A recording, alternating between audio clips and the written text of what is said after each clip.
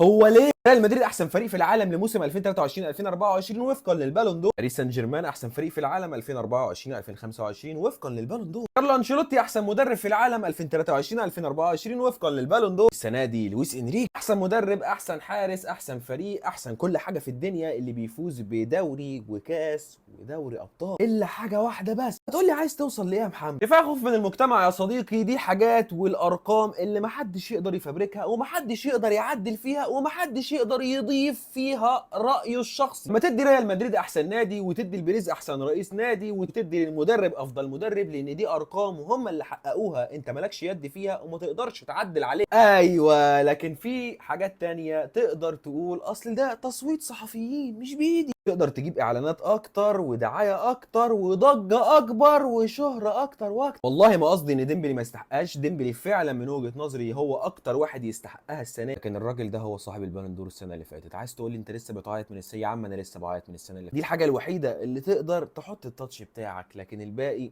ارقام ثابته.